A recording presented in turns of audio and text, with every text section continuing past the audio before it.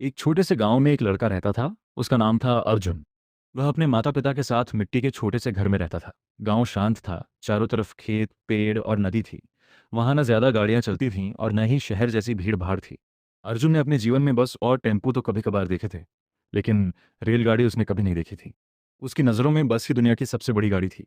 एक दिन उसके माता पिता ने फैसला किया कि अब गांव छोड़कर शहर जाना होगा, क्योंकि गांव में काम नहीं मिल रहा था।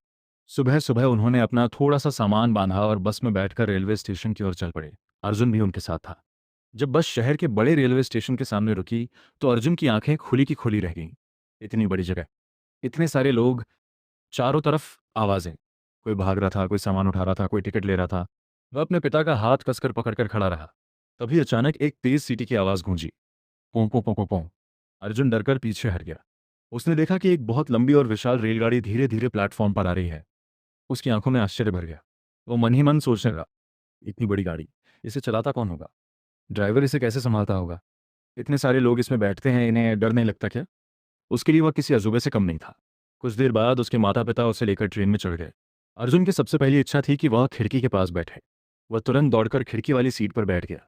ट्रेन धीरे धीरे चलने लगी। पहले स्टेशन पीछे छुड़ा, फिर शहर, और फिर शुरू हुआ प्रकृति का सुंदर संसार। खिड़की से बाहर दूर दूर तक फैले हरे खेत दिखाई दे रहे थे। पेड़ हवा के साथ झूम रहे थे।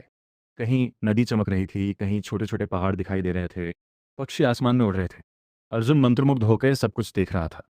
उसके मन में तरह तरह के सवाल उठ रहे थे। इतनी सुंदर रेलगाड़ी किसने बनाई होगी? कौन लोग होंगे जो इतना बड़ा इंजन बनाते हैं? कैसे ये इतनी तेजी से चलती है? उसका सफर लंबा था, लेकिन बाहर की प्राकृतिक सुंदरता और रेलगाड़ी का रोमांच उसे इतना अच्छा लग रहा था कि उसे पता ही नहीं चला कब उसकी मंजिल आ गई। जब ट्रेन रुकी, उसके पिता बोले, अर्जुन उतरना है, शहर आ गया। अर्जुन धीरे से उठा। वह ट्रेन को बार बार पीछे मुड़कर देख रहा था, जैसे कोई अपना पीछे छूट रहा हो। उस दिन का वह रेल सफर उसके मन में हमेशा के लिए बस गया। समय बीतता गया। अर्जुन बड़ा होने लगा। शहर में पढ़ाई की, मेहनत की और आगे चलकर इंजीनियर बन गया। लेकिन सबसे खास बात यह थी कि उसने वही काम चुना जिसने उसके बचपन में उसके मन में आश्चर्य जगाया था। वह रेलगाड़ियों के इंजन बनाने वाला इंजीनियर बन गया। अब वह बड़े बड़े इंजन डिज़ाइन करता था। लोग उसकी तारीफ करते थे। उसके पास जिम्मेदारियां थीं, काम का दबाव था, चिंताएं थीं। लेकिन कभी कभी जब वह किसी रेलगाड़ी की सीटी सुनता, तो उसे अपना पहला रेल सफ़र याद आ जाता।